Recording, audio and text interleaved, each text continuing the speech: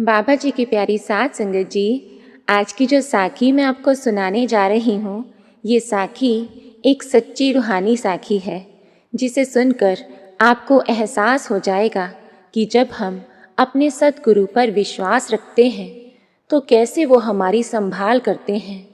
साथ संगत जी, ये साखी एक सत्संगी की सच्ची आप बीती है, तो कृपया इस साखी को पूरा सुने जी। साथ संगत जी, एक किसान जो कि एक सत्संगी परिवार से था और पूरे परिवार को बाबा जी से नामदान मिला हुआ था। वो अक्सर बाबा जी का भंडारा और सत्संग सुनने जाया करते थे और डेरा ब्यास में सेवा किया करते थे। उनकी श्रद्धा बाबा जी के प्रति अपार थी, लेकिन वो जो किसान था उसे भी बाबा जी से नामदान तो मिला हुआ था, लेकिन वो अपने खेतों की रखवाली के कारण कहीं आ जा नहीं सकता था, क्योंकि उसने अपने खेतों में बहुत सारा अनाज और सब्जियां बीज रखी थी, जिसकी रखवाली उसको दिन रात वहीं रह कर करनी पड़ती थी, क्योंकि आसपास के लोग उसे बिना बताए उसके खेतों से सब्जियां ले जाते और उसे पता भी नहीं चलता। तो इसी वजह से उसने अपने खेतों के पास एक छोटा सा कमरा बनाकर रखा था और वहीं रहता था और वहीं सोता था, ताकि वो अपने खेतों की रखवाली कर सके और कोई उसके खेतों में जाकर सब्जी अथवा अनाज ना ला सके। उसे ही वहाँ रहकर अपने खेतों की रखवाली करनी पड़ती थी। तो उसे सेवा पर जाने का और सत्संग पर जाने का मौका ही नहीं मिल पाता था और वो छोड़कर कहीं जा भी नहीं सकता था, क्योंकि इसी के आधार पर वो अपने परिवार का पालन पोषण करता था।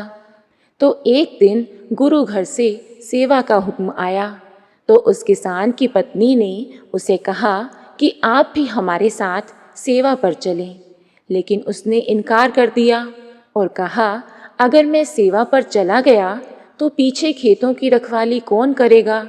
सभी लोग यहाँ आकर सब्जियाँ ले जाएंगे और जानवर भी इसे खराब कर जाएंगे। नहीं, मैं नहीं जा सकता। उसकी पत्नी ने कहा कि आप ये बात बाबा जी पर छोड़ दो और आप तो हमारे साथ सेवा पर चलो। उनकी पत्नी के बार बार कहने पर उसने ये बात मान ली और अपने खेतों की परवाह किए बिना वो सेवा पर चले गए। बड़े ही प्रेम प्यार से उसने गुरु घर की सेवा की। उसे वहाँ भी खेतों में ही सेवा मिल गई। पूरा दिन उन्होंने प्यार से संगत की सेवा की, गुरु घर की सेवा की, और जब शाम को वो वापस आए तो उन्हें कुछ लोगों से पता चला कि कुछ लोग उनके खेतों में जाने की कोशिश कर रहे थे, सब्जियां लेने की कोशिश कर रहे थे, लेकिन वो ऐसा नहीं कर पाए और पूछने पर ये पता चला कि वो एक ही बात कह रहे हैं कि वहाँ पर एक सरदार जी हैं जो किसी को भी खेत के अंदर आने नहीं दे रहे।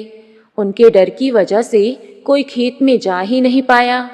जब ये बात उन दोनों को पता लगी तो वे दोनों बाबा जी की फोटो के सामने हाथ जोड़कर खड़े हो गए और उनका बाबा जी के प्रति विश्वास और भी गहरा हो गया। तो प्यारी साथ संगत जी, जब हम अपने काम छोड़कर गुरु घर में सेवा के लिए जाते हैं तो हमें ये लगता है कि हमारे पीछे कामकाज कौन देखेगा, हमारा नुकसान हो जाएगा। लेकिन सतगुरु जब अपने शिष्य की जिम्मेदारी लेते हैं तो उस पर आने वाली हर एक मुसीबत में उसके साथ खड़े होते हैं। अपने शिष्य पर किसी भी तरह की मुसीबत नहीं आने देते, हर पल उसकी सहायता करते हैं। जैसा कि बाबा जी भी अक्सर अपने सत्संग में फरमाते हैं कि आप मेरा काम करो, मैं आपका काम करूँगा। आप नाम की कमाई करो, इस शब्द की कमाई करो। वो कुल मालिक आपका स्वार्थ भी बनाएगा और आपका परमार्थ भी बनाएगा। बाबा जी हमें सत्संग में फरमाते हैं कि इसलिए संत महात्मा हमें समझाते हैं, हमें हवाला देते हैं कि भाई नाम की कमाई करो, लेकिन हम तो ये समझ लेते हैं कि हमें नामदान मिल गया है, बस कार्रवाई पूरी हो गई। भाई ये कोई कार्रवाई नहीं है। नाम का मतलब सिर्फ इतना है कि आपको स्कूल में दाखिला मिल गया है। आपको अच्छे स्कूल में दाखिला तो मिल गया है, लेकिन अगर आप कमाई करोगे तो इस भव सागर से पार हो जाओगे। लेकिन हम में से बहुत ऐसे हैं जो नामदान लेकर भजन बंदगी नहीं करते। ये तो फिर ऐसे ही हुआ जैसे कि हमने अपने बच्चे को स्कूल में दाखिला दिला दिया और उसने आगे पढ़ाई नहीं की, तो क्या वो पास हो जाएगा? नहीं हो पाएगा।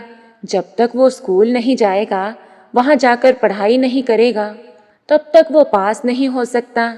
ऐसे ही ये संत मत का मार्ग भी है। इस मार्ग पर चलकर हमें सिमरन करना है, हमें सुनी सुनाई बातों में नहीं आना। फिर आप जी फरमाते हैं कि हम कह तो देते हैं कि मन हमारे ऊपर हावी हो गया है। आप जी ने जहाँ पर सख्त होकर कहा कि मन में कोई ताकत नहीं है कि वो आपके ऊपर हावी हो, ताकत उसे हम देते हैं। मन में अपनी कोई ताकत नहीं है, लेकिन हम तो तरह तरह की बातें बनाते हैं कि मन ने ये सब करवा दिया, काल ने ये सब करवा दिया। आप जी फरमाते हैं कि किसी का कोई कसूर नहीं है, सब हमारे ऊपर ही निर्भर करता है। हम ही मन को बढ़ावा देते हैं। यहाँ पर आप जी ने फरमाया कि जैसे सिनेमा हॉल में कोई पिक्चर चल रही होती है और हम देख रहे होते हैं, और पिक्चर में कुछ सीन ऐसे भी होते हैं जिनको देखकर आंसू आ जाते हैं, और कुछ सीन खुशी वाले होते हैं जिनको देखकर हम हंसने लग जाते हैं। लेकिन बाद में हमें ख्याल आता है कि ये तो एक पिक्चर है, सच्चाई तो नहीं है। ऐसा ही कुछ हमारे साथ हो रहा है। हम मन के पीछे लगकर इस माया को सत्य मान लेते हैं और मन हमें इसमें बुरी तरह फंसा देता है और हम पर हावी हो जाता है, जबकि मन में कोई ताकत नहीं है। हम ही मन को ताकत देते हैं और माया में फंसते चले जाते हैं। आप जी ने फरमाया कि अगर हम उस मालिक से रिश्ता बनाएं, उस मालिक की याद में बैठें, तो हम अपने जीवन में एक बैलेंस रख सकते हैं। और आप जी ने कहा कि हमें कोई घर बार छोड़कर कहीं नहीं जाना, हमें तो दरमियान का रास्ता अपनाना है। घर परिवार को भी देखना है और जिम्मेदारियां भी निभानी है और परमार्थ की तरफ भी ध्यान देना है। इसे ही दरमियान का रास्ता कहते हैं। आप जी यहाँ पर फरमाते हैं कि जब भी हम किसी संत महात्मा को देखते हैं तो हम उसके पैरों को पकड़ना शुरू कर देते हैं, उसके कपड़ों को हाथ लगाना शुरू कर देते हैं। भाई, अगर रूहानियत कपड़ों में होती या इन सब चीज़ों में होती तो संत महात्मा ने पहले ही अपने कपड़े फाड़ कर आपको दे देने थे। हम इन्हीं चीज़ों में फंसे हुए हैं।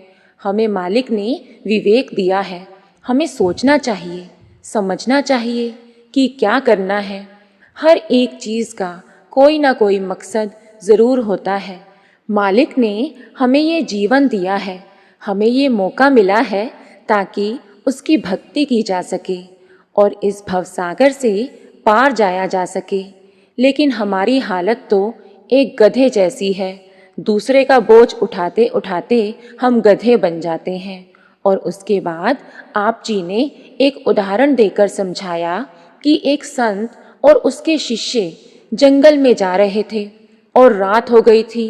तो उस साधु महात्मा ने अपने शिष्य को कहा कि भाई जाओ, जाकर लकड़ियाँ और घास फूस लेकर आओ, रोटी बनानी है, आग चाहिए। तो उसने सोचा कि अगर मैं जंगल में गया तो कोई पहाड़ी जानवर निकल कर आ जाएगा और मेरी जान खतरे में पड़ जाएगी, मैं नहीं जा सकता। तो उसने बहाना बनाया कि अगर मैं जंगल में गया तो मेरी पीठ आपकी तरफ हो जाएगी, मैं ऐसे कैसे कर सकता हूँ। तो उस साधु महात्मा ने खुद जंगल में जाकर लकड़ियाँ और घास फूस इकट्ठा किया। उसके बाद बारिश होने लग गई। तो महात्मा ने अपने शिष्य को कहा कि भाई, बारिश हो रही है, ऊपर जाकर देखो, छत से पानी आ रहा है। तो उस शिष्य ने फिर सोचा कि अगर मैं ऊपर गया, कहीं मेरा पैर फिसल गया, कहीं मुझे चोट लग गई तो मैं क्या करूँगा। मुझे तो यहाँ कोई बचाने वाला भी नहीं होगा। तो उसने फिर सोचा और कहा कि मैं ऐसा नहीं कर सकता। अगर मैं छत पर गया तो आप नीचे होंगे और मैं आपके ऊपर, ये तो अच्छा नहीं लगता। मैं ऐसा बिल्कुल भी नहीं कर सकता। तो उस महात्मा ने खुद ही जाकर ठीक कर लिया। तो जब महात्मा ने कहा कि भाई आओ खाना खा लो, तो वह शिष्य महात्मा के चरणों में गिर गया और हाथ जोड़कर कहने लगा कि मैंने आपके 2 हुक्म नहीं माने, मुझसे बहुत भारी गलतियां हो गई, लेकिन अब ये तीसरा हुक्म तो मैं आपका मानूंगा। पंडाल में बैठे सभी संगत हंसने लगी और बाबा जी ने कहा कि हंसो मत, यही हाल तुम्हारा है। उसके बाद बाबा जी ने कहा कि हम तो संत महात्माओं के कपड़ों को, उनकी चीज़ों को पकड़कर बैठे हुए हैं और कहते हैं जी ये कुर्सी महाराज जी की है, यहाँ पर महाराज जी बैठते थे। तो भाई महाराज जी दुनिया भर में घूमे हैं, वो तो बहुत सारी कुर्सियों पर बैठे होंगे, आप कौन कौन सी कुर्सी को पकड़ोगे?